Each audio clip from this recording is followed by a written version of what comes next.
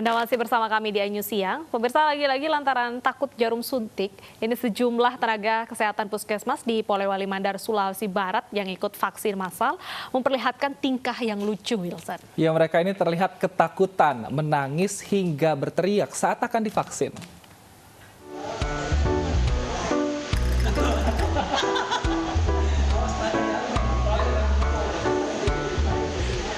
Iya. Nah lo, masnya mau disuntik.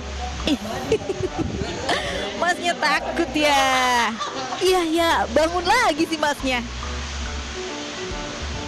Aduh, pegangin Pak, biar nggak kabur. Ya, tarik nafas dulu Mas. Mas disuntik aja takut gitu. Tapi jadi lega kan? Udah divaksin. Inilah reaksi para tenaga medis yang ikut dalam vaksin massal yang digelar di Dinas Kesehatan Polewali Mandar, Sulawesi Barat. Ada lagi sih mbaknya nih. Mbak, megangnya kenceng banget sih. Dan petugas vaksinasi pun berusaha menenangkan. Mulai dari ketakutan, bahkan ingin melarikan diri membuat rekan-rekan medis lainnya harus turun tangan. Bahkan tertawa geli karena ketakutannya bak anak-anak mau diimunisasi.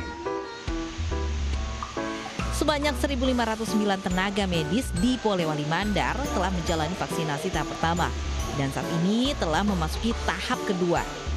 Untuk yang kedua kalinya aja masih trauma gitu sih Mas dan Mbaknya, ada-ada aja. Total tenaga medis seluruh wilayah Polewali Mandar yang akan divaksinasi adalah 3.018 orang. Sementara itu, penambahan kasus positif penularan COVID-19 di wilayah Polewali Mandar juga terus bertambah. Dari Polewali Mandar, Sulawesi Barat, Uzair Zainal, iNews melaporkan. Iya, walaupun sudah dewasa, ternyata kalau disuntik ya takut-takut juga kan. Betul sekali ya, bagi mereka tenaga medis yang sudah berkutik dengan itu sehari-harinya, tapi masih ternyata takut disuntik. Padahal kan katanya dari dulu cuma kayak digigit semut. Dari dulu kalau kita mau disuntik, orang tua selalu bilangnya tenang kayak digigit semut. Ternyata banyak yang histeris kayak tadi kan, lucu Betul sekali. Nah, informasinya masih mengenai pandemi COVID-19, pemirsa, di mana relawan COVID-19 di Kabupaten Bantul dan Provinsi Daerah Istimewa Yogyakarta berunjuk rasa menanggapi pernyataan anggota DPRD Bantul yang menilai pemakaman jenazah COVID-19 layaknya pemakaman binatang. Derasnya tekanan dan tuntutan warga serta relawan memaksa anggota DPRD Bantul meminta maaf atas pernyataannya.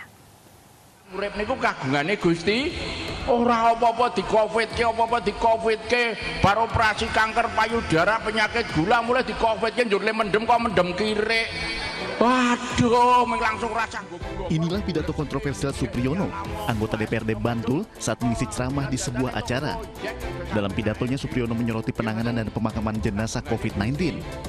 Pidatonya lantas viral karena dianggap melecehkan dan merendahkan relawan pemakaman COVID-19. Tak sekedar viral, pidato Supriyono direspon tenaga kesehatan dan relawan COVID-19 dengan berunjuk rasa. Mereka membawa keranda yang bertuliskan nama Supriyono sebagai bentuk protes. Mereka tak terima karena dianggap memakamkan binatang.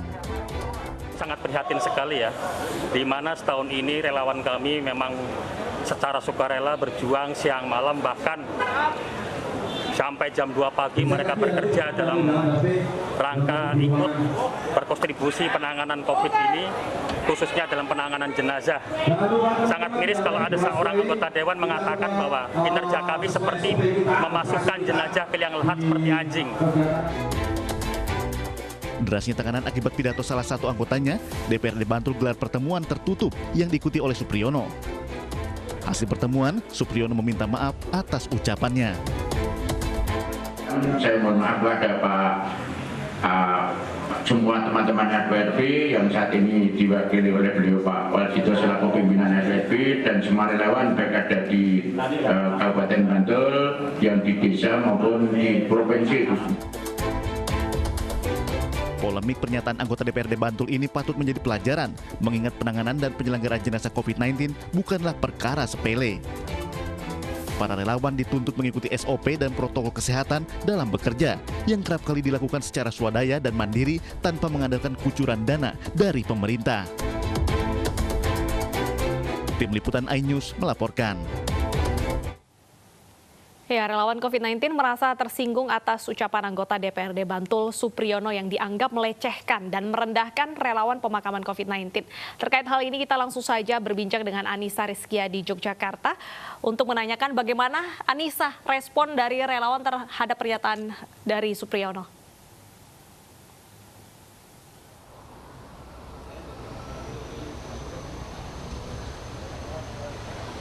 Baik, Deta dan juga Wilson dan juga pemirsa, tentu saja pernyataan dari salah satu anggota DPRD Kabupaten Bantul ini merupakan pernyataan yang kontroversi dan membuat sejumlah relawan Kabupaten Bantul pun juga melakukan aksinya begitu. Dan saya akan langsung bertanya kepada salah satu perwakilan relawan di sini sebagai Ketua Forum Pengurangan Resiko Bencana Kabupaten Bantul, Bapak Waljito. Selamat siang, Bapak. Apa kabar? Selamat siang, Mbak. Bapak, tanggapan Bapak sendiri terkait adanya pernyataan yang kontroversi yang dilakukan oleh anggota DPRD Kabupaten Bantul ini seperti apa, Pak? Ya begini, jadi kronologinya ada salah satu anggota Dewan di Kabupaten Bantul, Pak Supriyono, dalam pengajian di sebuah acara pernikahan di Kulon Progo, memberikan sebuah pernyataan yang dianggap oleh teman-teman relawan sangat menyinggung perasaan mereka. Yang pertama, dia katakan bahwa COVID ini hanya merupakan proyek negara dengan jual beli vaksin itu yang komisinya besar, ya, dinikmati oleh. Kemudian yang berikutnya, dia mengatakan bahwa apa-apa di-COVID-kan dari rumah sakit. Sehingga kemudian yang berikutnya adalah bahwa pemakaman COVID itu dilakukan seperti memakamkan anjing, dan itu merupakan proyek daripada Dinas Kesehatan. Oleh karena itu teman-teman relawan merasa tersinggung, kemudian kita rame-rame datang ke gedung DPRD Kabupaten Bantul karena beliau merupakan salah satu anggota Dewan di sana. Kita menyatakan sikap, ya karena saking emosinya kita juga sebagai simbolis kita mengirimkan peti jenazah sebagai salah satu bentuk matinya kepedulian kita dan semangat kita dalam rangka mengurangi risiko COVID-19. Nah, kita datang di sana, kemudian waktu itu tidak ditemui dan kita ngajukan tuntutan harus segera dalam waktu 1 kali 24 jam untuk mengklarifikasi pernyataan tersebut dan kemudian meminta maaf. Kalau tidak, ya secara proses hukum. Baik. Nah, kemarin itu baru saja dilakukan mediasi juga ya, Pak, ya. Itu hasilnya seperti apa, Pak? Ya, dari mediasi yang diinisiasi oleh Ketua DPRD Kabupaten Bantul, maka beliau sudah mengakui kesalahannya dan tidak akan mengulangi perbuatannya. Ya, dari kami sebagai relawan, karena tuntutan kita sudah dipenuhi, ya kita terkait dengan urusan dengan relawan kita anggap selesai. Tetapi kalau memang ini ada unsur delik hukum, ya silakan aparat kepolisian untuk menyelidiki sebagai dalam bentuk efek jera. Kemudian kita akan bersama-sama kembali melaksanakan kegiatan terkait dengan tugas kemanusiaan ini supaya nanti beban masyarakat terutama dalam penanganan kubur cepat pasien COVID-19 ini bisa teratasi. Seperti kita ketahui bersama bahwa di Yogyakarta mulai 2020 pertengahan Agustus itu kubur cepat itu diserahkan di setiap desa, maka otomatis penanganannya adalah Forum Pengurangan Risiko Bencana bersama potensi relawan di tiap desa gitu. Dan mereka adalah relawan yang tidak digaji dan semangatnya adalah hanya membantu sesama. Jadi ini merupakan pembelajaran. Kami harapkan juga semua elit masyarakat, karena kita paham sekarang sudah jenuh karena sudah hampir 1 tahun ya Mbak ya, kita diterima oleh mungkin masyarakat sudah jenuh, tetapi dalam suasana jenuh seperti ini semua harus mempunyai itikat yang sama bahwa COVID ini merupakan tugas bersama dalam penanganannya gitu loh. Tidak hanya relawan tetapi juga elit-elit seperti anggota Dewan harus memberikan pernyataan-pernyataan yang intinya mendukung upaya penanganan COVID ini. Sehingga nanti penanganannya biar cepat selesai. Baik. Terima kasih Pak Waljito. Semoga kejadian ini tidak terjadi lagi ya Pak ya. Dan saya doakan Bapak ini karena sebentar lagi akan bertugas kembali bersama teman-teman relawan. Sehat selalu Bapak. Amin. Demikianlah perbincangan saya bersama salah satu relawan di Kabupaten Bantul. Saya kembalikan kepada Anda di studio. Baik, terima kasih Anissa atas laporan Anda. Selamat bertugas kembali dan sehat selalu. Pemirsa, Kepolisian Pematang Siantar menetapkan 4 tenaga kesehatan pria yang memandikan dan mengkafani jenazah pasien wanita penderita COVID-19 menjadi tersangka penistaan agama.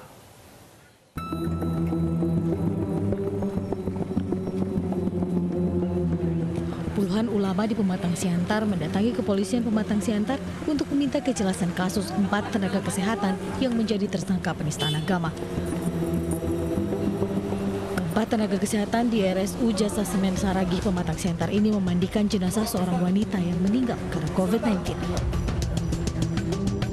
Kepolisian memastikan telah melimpahkan berkas keempat tersangka kepada Kejaksaan Negeri Pematang Siantar.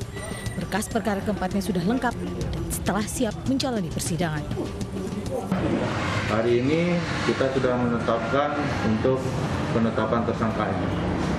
Bisa dijelaskan ada berapa orang tersangkanya? 4. Untuk 4 tersangka yang kita tetapkan ada 4 yang terlibat dalam pemandian jenazah. DAA, 2 RE, 3 ES, 4 RS. Keempatnya adalah pegawai Badan Layanan Umum Daerah Rumah Sakit di Kota Pematang Siantar. Nah, jadi keempat tersangka sampai saat ini belum kami tahan karena yang bersangkutan masih digunakan tenaganya. Sampai saat ini belum ada tenaga pengganti untuk pemandian ataupun pemulasaran jenazah. Kasus ini sempat menghebohkan di bulan September 2020 lalu dan membuat keluarga serta ratusan ulama di Pematang Siantar protes. Sesuai dengan Fatwa MUI nomor 18/2020 tentang pedoman pengurusan jenazah muslim yang terinfeksi COVID-19, jenazah bisa dimandikan tanpa harus dibuka pakaiannya. Petugas yang memandikan harus berjenis kelamin sama dengan jenazah pasien. Jika tidak ada petugas yang berjenis kelamin sama, maka bisa dimandikan oleh petugas yang ada dengan syarat jenazah tetap mengenakan pakaian atau juga bisa ditayamumkan. Keempat tersangka dijerat pasal sesuai Undang-Undang tentang Praktik Kedokteran dan terjerat pasal penistaan agama. Dari Pematang Siantar, Sumatera Utara, dan Mastiawan, iNews melaporkan. Pemirsa, penyuap mantan Menteri Sosial Juliari Batubara hari ini menjalani sidang perdana di Pengadilan Negeri Tipikor Jakarta. Tiap paket bansos dipotong Rp10.000 dan uang tersebut mengalir ke Juliari Batubara. Untuk perkembangan sidang korupsi bansos itu Anda dapat langsung saja membacanya di www.sindonews.com. Pemirsa, kisah pasangan suami istri di Malang, Jawa Timur yang memiliki 15 orang anak viral di media sosial. Bagaimana suka dukanya? Kami akan menghadirkan informasinya usai jeda.